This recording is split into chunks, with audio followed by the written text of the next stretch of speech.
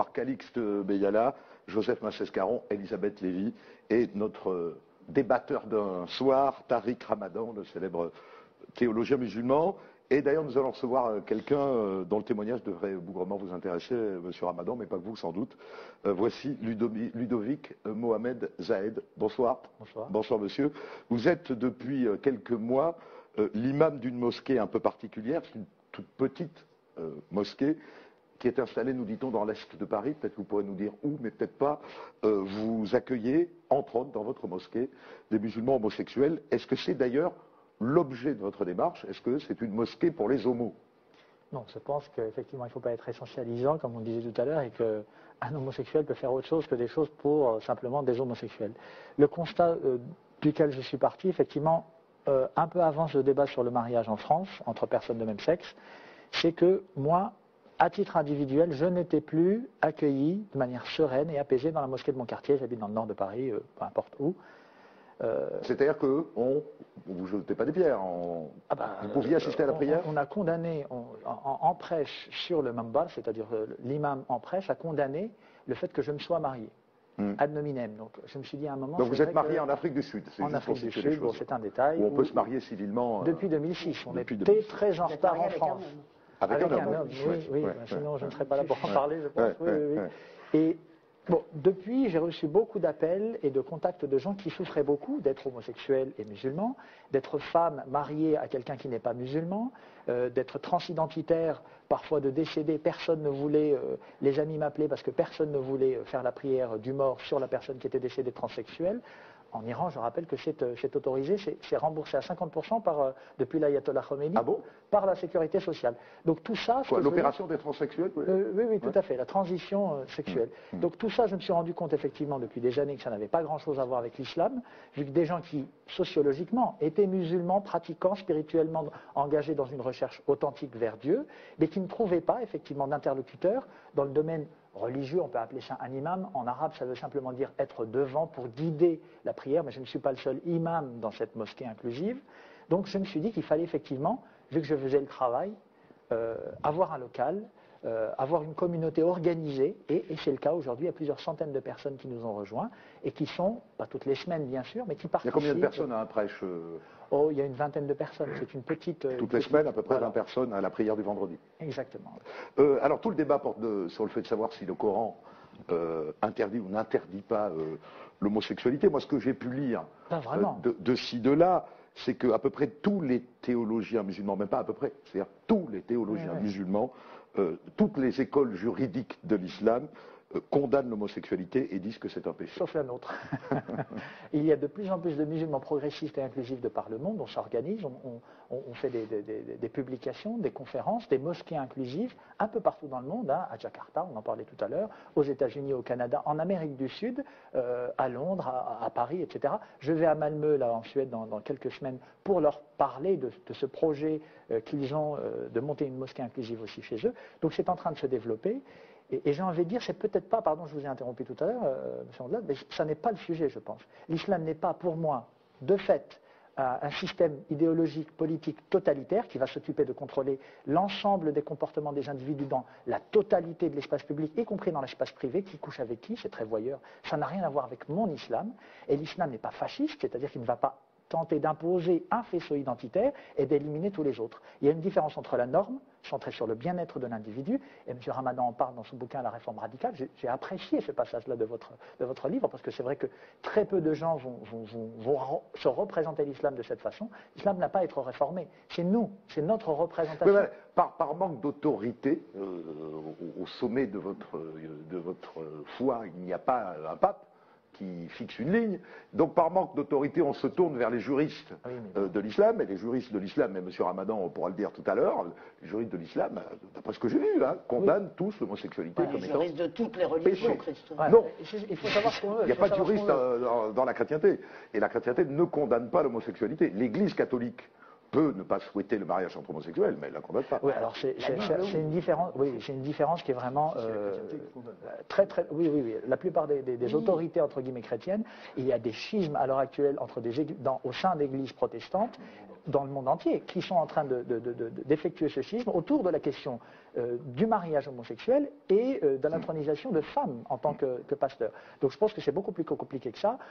Encore une fois, moi je ne pense pas que l'islam a besoin d'une autorité suprême. C'est une chance, ça a été une chance pendant des siècles. Et s'il y a des troubles politiques, géopolitiques ou autres, eh bien, c'est comme dans tous les pays, il ne faut pas sans arrêt se retourner vers la religion, il faut savoir ce qu'on veut. Si on veut l'autodéfinition et l'autodétermination, dans ce cas-là, il faut... Alors on va élargir le débat, puis je demanderai à Tariq Ramadan de réagir tout de suite, mais juste avant, est-ce que vous êtes content de témoigner ce soir face à Tariq Ramadan? Ah ben, c'est mon frère en islam, donc est-ce que ça compte content de le rencontrer pour vous de dire ça devant lui? Je n'ai jamais, à titre personnel, dépensé mon énergie, et Dieu sait qu'il y a beaucoup de travail à faire de ce point de vue-là, pour essayer de convaincre une quelconque autorité. Je discute effectivement et j'échange, et j'ai plaisir à échanger avec tout le monde, mais je ne dispense pas mon énergie à essayer de convaincre qui que ce soit de ce point de vue-là. Je pense qu'il faut encourager les gens à prendre leurs propres décisions. Quelqu'un qui me dit je suis homosexuel, je pense que je ne dois pas être homosexuel parce que je suis musulman, je ne vais pas lui dire tu as tort, fais ton coming out, assume-toi. Non, je vais essayer de comprendre d'où ça vient. Parce que c'est l'intériorisation, comme on dirait en psychologie, d'une norme, d'une normativité hétéronormative qui pose problème de manière factuelle. Quoi. Bon, Tariq Ramadan, vous venez d'entendre son témoignage. Comment le recevez-vous? Non, d'abord, j'aime beaucoup la façon dont il l'exprime et dont il l'a traduit. Je ne suis pas d'accord sur le fond, mais je pense que c'est très important. Vous n'êtes pas d'accord avec quoi? Alors, justement, il y a plusieurs choses qu'il faut qu'on mette en évidence. Vous avez parlé justement de l'autorité. Qui a autorité en islam?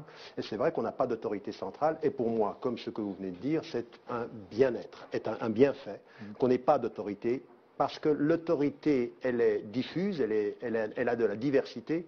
Ce que les musulmans aujourd'hui sont en train de vivre, c'est une crise de l'autorité parce qu'ils ne savent pas gérer la diversité et qu'ils sont en train de tomber dans une division, on ne sait plus qui parle pour qui. Maintenant, comme vous l'avez dit, toute tradition confondue, toute école juridique confondue, chiite ou sunnite, la norme ou la lecture majoritaire est quasiment exclusive, c'est de dire que l'homosexualité est un péché condamné par l'islam. Ça suit la tradition chrétienne majoritaire. Toute norme confondue, ce que vous avez dit sur l'Église n'est pas tout à fait correct. L'Église catholique romaine, comme les églises, les différents courants de l'Église chrétienne, de l'Est comme de l'Ouest, sont dans la même position. Ajoutez à cela la tradition juive, ajoutez à cela ce qu'on a essayé de faire dire par exemple au Dalai Lama, et il est revenu pour dire que pour lui, il condamnait l'homosexualité. Donc, en l'occurrence, oui, donc, donc il faut savoir que ce dont on parle ici, c'est même en Occident une position minoritaire, c'est tout à fait minoritaire. Ce débat-là sur la célébration de l'homosexualité...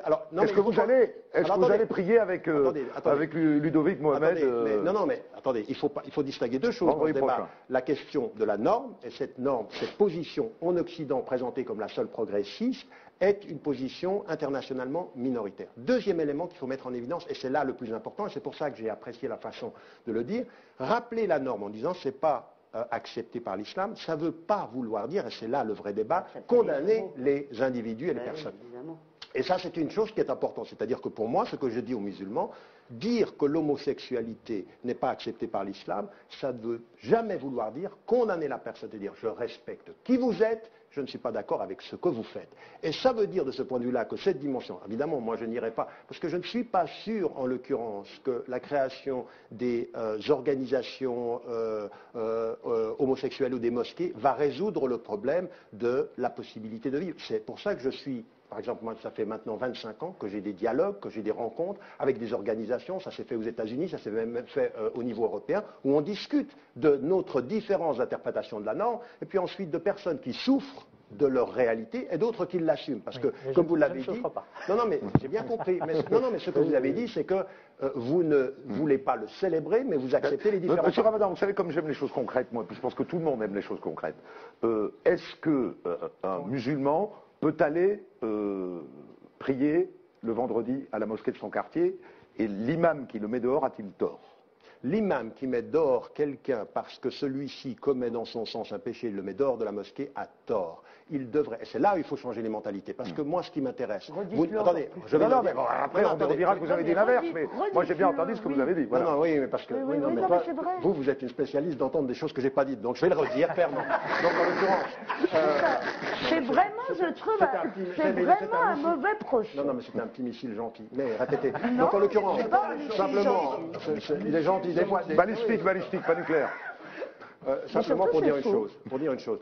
Créer des mosquées comme celle-ci, comme par exemple, on a aujourd'hui des convertis à l'islam qui ne trouvent pas leur place là où la majorité sont arabes ou d'origine arabe, et ils créent des mosquées pour convertis. Si on va dans ce sens-là, on est en train de créer la division encore pire à l'intérieur. Moi, ce qui m'intéresse, c'est de dire à tous les responsables de mosquées, vous pouvez, et de mon point de vue, il est juste de dire que l'homosexualité n'est pas acceptée par l'islam. Mais n'importe quelle femme. C'est qui l'islam? Attendez, non, non, mais Par le Coran.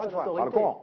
Non, attendez. Le Coran, l'homosexualité, c'est un concept, pardon de vous couper, mais là, il y a un moment, il faut arrêter, parce que l'homosexualité, c'est un concept qui a été inventé en Europe au XIXe siècle par des médecins et des psychiatres qui, depuis 150 ans, sont revenus sur cet avis, après des études depuis des décennies, plus de 700 études sur des familles homoparentales, 50 ans d'études sur la sexualité humaine et animale qui a été mais là, étudiée, vous reprenez l'homosexualité. Non, mais laissez-moi... Non, je ne comprends pas. C'est juste pour vous dire, pardon, Non, moi, qu'il faut être d'accord sur les termes. Moi, je ne parle pas d'homosexualité, là. Je parle d'inclusivité au sein de l'islam, et que si on est d'accord sur le fait qu'il n'y a pas d'autorité, donc il faut laisser la diversité des points de vue. Non, le Coran ne parle pas d'homosexualité. Jamais. Non, il ne parle pas de l'homosexualité, mais il parle de la pratique homosexuelle. Très bien, voilà. Donc, non, attendez. Attendez, laissez-moi terminer Toujours juste. dans le contexte de viol. Non, attendez, non, pas tout ça. Toujours, Non, oh là là, non. Ah oui, Bon, oui. on ne va pas rentrer là-dedans. Mais simplement. Balancez-vous de 3 sourates qu'on puisse Non, spectacle. laissez-moi Ma juste sabaqakum préciser. biha ahadun min al-alamin, dit Dieu dans le Coran. C'est-à-dire aucun autre peuple avant vous n'avait commis cette turpitude, cette abomination. Il y a des gens aujourd'hui qui croient que l'homosexualité a été inventée par Sodome et Gomorre il y a 5000 ans. Mais aujourd'hui, on sait que ça n'est pas le cas. Mais c'était pendant cette ijtihad et cette Ça n'a rien à voir avec la pratique, ça va voir avec la légalisation. Le texte fait référence au fait de la normalisation. Laissez-moi terminer, parce qu'on ne va pas faire un débat théologique là-dessus. Simplement, ce que j'étais en train de dire, c'est pour ça que j'ai commencé par dire ce qui était la norme reconnue par la quasi-totalité. Mais la réforme, c'est la minorité. Alors, attendez, monsieur Ramadan. non, mais laissez-moi terminer. Vous êtes quand même... Son père, fondateur de la psychologie. Attendez, il faut qu'on avance.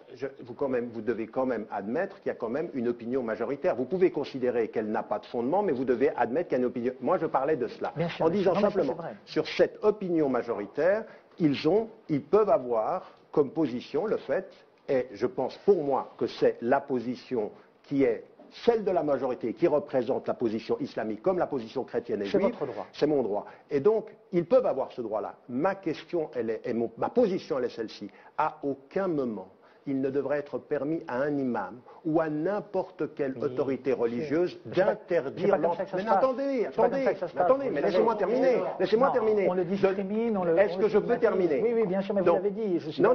d'accord.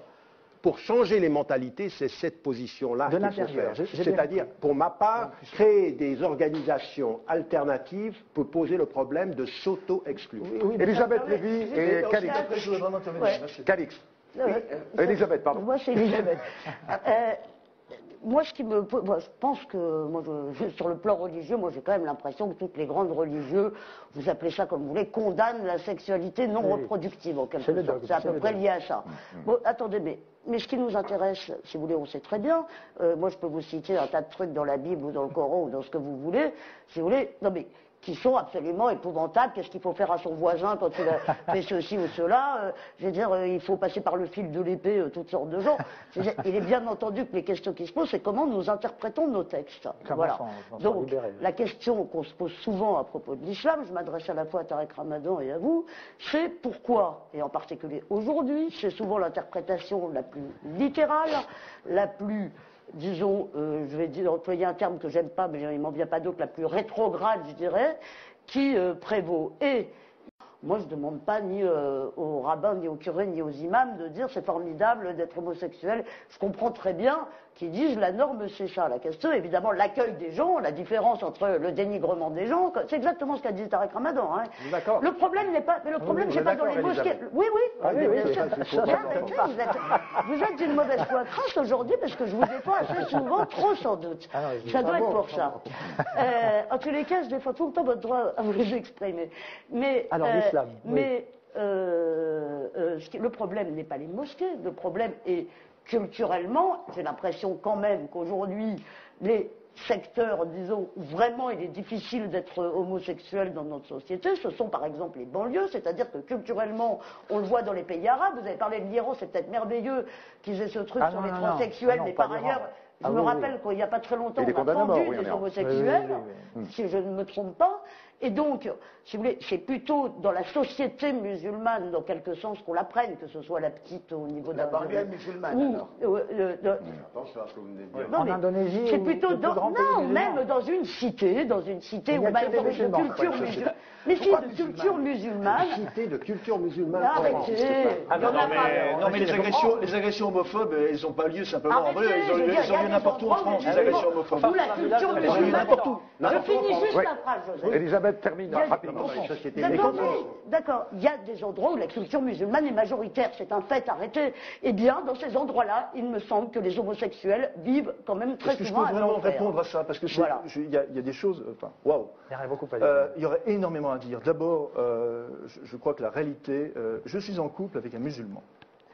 Je crois que la réalité n'est pas exactement la même. C'est que les jeunes, ce musulman vient d'Aulnay, de la cité des 3000 plus exactement, et que en fait, le vrai problème, c'est que les jeunes se trouvent confrontés à, d'une part, la culture de village, et la religion de village importée par leurs parents dans les années 70, parce qu'on les a pris, soit d'Oujda, soit d'ailleurs, on les a mis en France. C'est-à-dire que c'était des villages, comment dire, horizontaux, ce sont devenus des villages verticaux, et de l'autre, ils se trouvent avec des prêcheurs, qui se sont d'ailleurs auto-baptisés imams et qui sont radicaux. Et ces jeunes se trouvent coincés là-dedans. Et d'ailleurs, très souvent, ils entendent, ces jeunes, même homosexuels musulmans, entendent la parole de Tariq Ramadan d'une manière positive. Et parfois, évidemment, ça leur fait tiquer. Je ne vais pas pouvoir dire, il y a des textes quand même de vous qui sont quand même assez hard.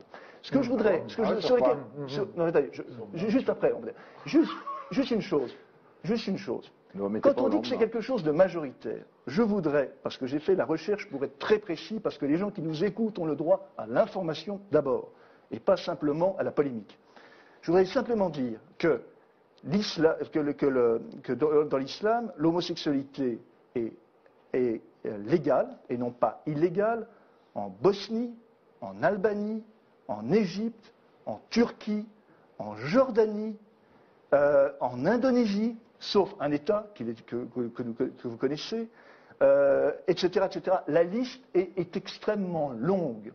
Et que même si on prend... Ce sont les autorités de ces pays qui ont dit qu'ils acceptaient comme un état de fait l'homosexualité. Ce sont des pays musulmans, Ouais. Christophe, et ce sont des pays où l'islam n'est pas considéré comme l'homosexualité n'est pas considérée comme illégale. Par la loi civile, attends, C'est important. La loi civile. Oui, mais enfin, oui, voilà, la ce loi ne sont civile. pas tous des pays qui appliquent la charia. La Bosnie n'applique pas la charia. Non, mais Non, il parle de la loi elle a une civile. loi civile. pardonnez-moi, mais je veux Elle a dire, une loi c'est quoi civile. C'est quoi la charia? Mais c'est quoi la charia à ce moment-là? Non, mais monsieur a raison. Non, là, je donne des exemples concrets. Parce que si on nous entend, les gens qui ont pris depuis le début de Est-ce que c'est l'émission la bonne méthode, pensent, Joseph Monsieur Christophe, Est-ce que c'est la bonne méthode, celle qui consiste à créer une mosquée? Parce que c'est une partie du débat aussi.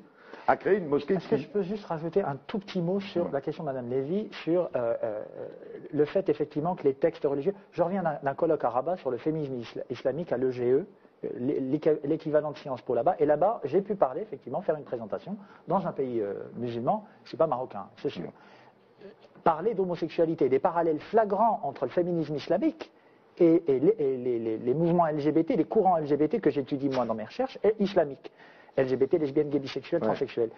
Il y a un parallèle flagrant entre le fait de réinterpréter, de se réapproprier ce texte, de le remettre dans un contexte historique, et donc de se libérer du patriarcat qui est contenu dans ces sociétés d'origine. Je peux ajouter une chose, parce que justement, lorsque j'ai consulté l'ensemble des pays musulmans, parce que j'ai regardé la liste entière de tous les pays musulmans pour savoir quelle était la situation des homosexuels dans ces pays. Mais culturellement, c'est pas ce qui est ça qu'il y a très un problème. intéressant, je t'ai pas interrompu, ce qui est très intéressant, c'est que c'est pour ça qu'il faut se méfier de l'essentialisation. C'est que, par exemple, l'homosexualité féminine est beaucoup plus tolérée. C'est-à-dire que vous avez des pays où l'homosexualité masculine est considérée comme illégale et des pays où l'homosexualité féminine est considérée comme légale.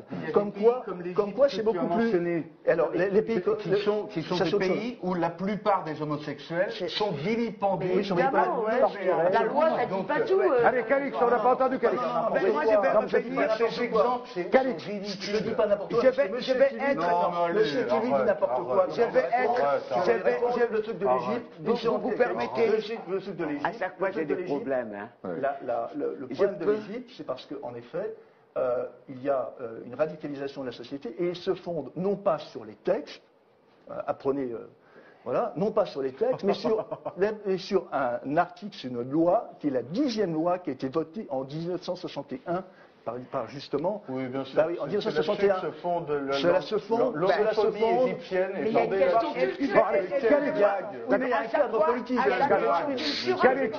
Oh, Calix. À chaque fois, j'aimerais bien recentrer le débat. Recentrer, ma chérie. Oui, on parlait tout simplement de l'ouverture de cette mosquée. Oui. Est-ce que c'est bien ou est-ce que c'est pas bien? Je vais vous répondre, cher Tariq. En tant que femme appartenant à une minorité, je peux comprendre ce que notre ami vit et qu'il s'organise pour pouvoir survivre. Non point parce qu'il veut diviser ou créer du désordre, mais à un moment donné, on a besoin de respirer. On attend de l'autre qui nous tolère. D'ailleurs, le mot n'est pas joli. Non. On attend en fait de l'autre qui nous aime. Et donc, à partir de ce moment-là, quand on sent qu'il ne nous aime pas, il faut bien continuer. Et moi, j'encourage monsieur, parce que si c'était moi, d'ailleurs je l'ai fait, hein, chaque fois qu'il y a eu quelque chose qui n'allait pas pour les Noirs, j'ai fondé un mouvement, j'ai fait des choses. Et je pense que c'est vrai que ce n'est pas l'idéal sur le plan religieux. Parce que Dieu ne nous demande pas notre identité sexuelle. Quand on rentre dans une église, quand on rentre dans une mosquée, il ne me souvient pas, je suis croyante et pratiquante, que Dieu me pose une seule fois une question de savoir si j'avais pour compagnon une femme ou un homme ou un chat. Donc, cette déformation des hommes qui amène cette espèce d'intolérance, qui oblige les autres à la survie. Parce qu'en fait, quand il fait ça, c'est du marronnage en fait. C'est quoi ça? Le marronnage, c'est-à-dire, il a fui quelque part pour aller essayer de survivre, de recréer une société pour se ressentir homme et humain. Pendant l'esclavage, on avait beaucoup de marronnage, c'est-à-dire que les Noirs qui étaient pris en esclavage s'enfuyaient pour recréer une société, une autre société. Et vivre dans la forêt. C'est un parallèle magnifique. Et donc, voilà. Elle résume bien votre démarche. Ah, c'est un parallèle magnifique. Et vous? Non, mais j'entends ceci, encore une fois. Moi, je veux dire que par rapport à la référence musulmane ou à la norme, c'est un vrai débat, c'est une vraie question. Maintenant, la démarche qui est la sienne, qui est la vôtre, de dire il y a une non-acceptation, il y a un refus, je pense aussi que de votre point de vue, il faut aussi l'entendre par rapport à la norme, sans accepter ce qui a été mis en évidence, c'est-à-dire les exclusions ou les... C'est-à-dire, la question, elle est celle-ci. Elle est très fondamentale, celle-ci. Est-ce qu'un homme ou est-ce qu'une femme qui se revendique homosexuel, ou noir, non, dans cette question-là, sort de l'islam? Est-ce qu'il sort de l'islam? Et la position normative qu'il faut prendre, c'est jamais. Et personne n'a le droit de lui dire à elle ou à lui qui n'est pas musulman. Et ça, non, mais ensuite, après, deuxième... Attends, laisse-moi terminer. Qu'est-ce que ça signifie dans une mosquée normale où l'imam respecterait donc la présence des homosexuels tout en disant que l'homosexualité est déviante? Mais comme dans une synagogue ou dans une église, tu peux pas dire ça. Vous pouvez dire que toutes choses sont égales par ailleurs. Et Calixte, qui est catholique chrétienne, peut sans doute en témoigner. Il y a des centaines d'homosexuels dans les églises qui ne sont ni montrés du doigt, ni jetés dehors, ni stigmatisés. Mais Christophe, c'est parfaitement vrai. C'est vrai. C'est vrai. Il faut admettre cette... Non, il faut admettre. Il faut admettre qu'il y ait quand même des musulmans qui disent « Moi, je pense que l'homosexualité, c'est pas musulman. » La question, elle est que dans la mosquée, il ne faut pas exclure les gens sur la base de leur pratique et leur position. C'est ça la vraie question. Et maintenant, il y a une dernière chose. Il y a une dernière chose dans ce que vous avez dit dans le débat. Il faut bien se rendre compte d'une chose, c'est que sous la dictature égyptienne, par exemple, on a utilisé l'homosexualité pour utiliser la religion contre les opposants, pour dire nous on est des musulmans. C'est-à-dire aujourd'hui il y a un populisme religieux qui utilise la religion contre les normes. Il faut accepter que des gens disent la norme et accepter la diversité dans la norme. D'accord. Leur norme, oui, la norme. Elisabeth, on est vraiment au bout là. Ce sont vos dernières cartouches. Ce que je disais juste tout à l'heure, c'était qu'effectivement, c'est parce qu'on dit, je ne lis pas les prières en français, mais comme c'est dans la Bible ou dans le Coran où vous voulez, j'imagine que ce qu'on peut dire dans des prières, effectivement, peut-être qu'il y a des trucs sur l'homosexualité, ça n'a rien à voir avec, effectivement, l'accueil des gens. Mais moi, il y a quand même une chose En fait, peut-être on pourrait dire que vous êtes un peu l'équivalent du judaïsme libéral, je dirais, c'est peut-être quelque chose comme ça. Il y a quand même une chose qui... Non mais j'aime pas ce mot inclusif en fait. Mais, il y a une chose qui me frappe. Vous avez appelé votre mosquée de la tolérance. Non, de l'unicité. Qui a dit ça? Non, c'est souvent comme ça qu'elle est appelée dans les articles qui en parlent. Ce que je voulais dire, alors la mosquée de la tolérance, c'est ce que je voulais dire justement, c'est que pourquoi tout le monde s'y intéresse, etc. Parce que effectivement, les visages qu'on voit aujourd'hui, certaines expressions qu'on voit, et celles qu'on voit le plus, c'est peut-être pas les majoritaires, c'est celles qu'on voit le plus, sont effectivement plutôt dans une phase où l'intolérance croît plutôt que l'inverse. C'est-à-dire que moi j'entends quand Tarek Ramadan, vous dites, il y a des colloques dans des endroits, il y a tout ce que vous voulez, il y a certainement au Maroc ou ailleurs. Il y a les deux, mais il n'y a qu'une partie qui est montrée par les médias. Non, mais il n'y a pas qu'une partie qui est montrée. Il n'y a qu'une partie. Il n'y a pas que ça, il y a ce qui se passe dans les sociétés. Excusez-moi. C'est une vraie question. Il y a ce qui se passe dans les sociétés. Moi, je n'ai pas l'impression aujourd'hui, je veux dire qu'on assiste, même regardons ce qui se passe en Égypte, il n'y a pas que le pouvoir, il n'y a pas que... Je veux dire, et ce qu'on voit aussi dans une partie de l'islam de France n'est pas une montée de la tolérance, excusez-moi. François-Xavier Bellamy, c'est fini. Dans le catholicisme non plus. Tous ces gens-là n'ont pas simplement l'idée, n'arrivent pas à dire que Dieu seul est parfait. Dieu seul est parfait. François-Xavier Bellamy, c'est fini. Le reste est imperfection. François-Xavier Bellamy, c'est fini. Juste pour conclure, je crois que c'est une question qui concerne les religions, mais qui concerne aussi notre société dans son ensemble. Et votre histoire, elle est intéressante et elle nous concerne tous en réalité, bien au-delà des frontières de l'islam. Parce que ce qui me frappe beaucoup dans la société aujourd'hui, c'est que, au fond, je pense qu'on était parvenu à un point de maturité où il y avait un respect qui venait d'une saine indifférence, qui est l'indifférence de Dieu dont vous parliez tout à l'heure. C'est-à-dire, on n'est pas obligé de demander tout le temps aux gens quelle est leur orientation sexuelle avant de porter un regard sur eux. Et moi, je suis très frappé de voir qu'il y a une espèce de, au nom parfois de la lutte contre les discriminations, alors je ne juge pas du tout le fait de créer une mosquée qui accueille spécifiquement les homosexuels, mais je comprends l'inquiétude qui va venir segmenter la société en une variété de minorités. Et en fait, il y a quand même une vraie inquiétude. Moi, je le vois aussi dans le monde universitaire. Par exemple, en littérature aujourd'hui, et c'est aussi le gouvernement qui veut l'appliquer à l'enseignement du français, par exemple, on va demander aux élèves ou aux étudiants de s'intéresser d'abord, avant de travailler un auteur, à son orientation sexuelle. C'est-à-dire de travailler sur... Comment ça? Mais les derniers programmes de français, par exemple, tendent à... Comment ça? Les derniers programmes de français en quoi? Les derniers programmes de littérature au collège demandent... C'est Najat Vallaud-Belkacem qui a demandé... Najat Vallaud-Belkacem a demandé au futur programme de littérature de mettre l'accent sur l'orientation sexuelle. Oui, bien sûr. C'est pas exactement ça. Mais c'est dans le cadre de l'apprentissage de la tolérance. Bon, écoutez, on sera passionné par tout ce que vous pourrez écrire sur Twitter. #HD23, c'est le moyen idéal pour poursuivre un débat qui est toujours trop court.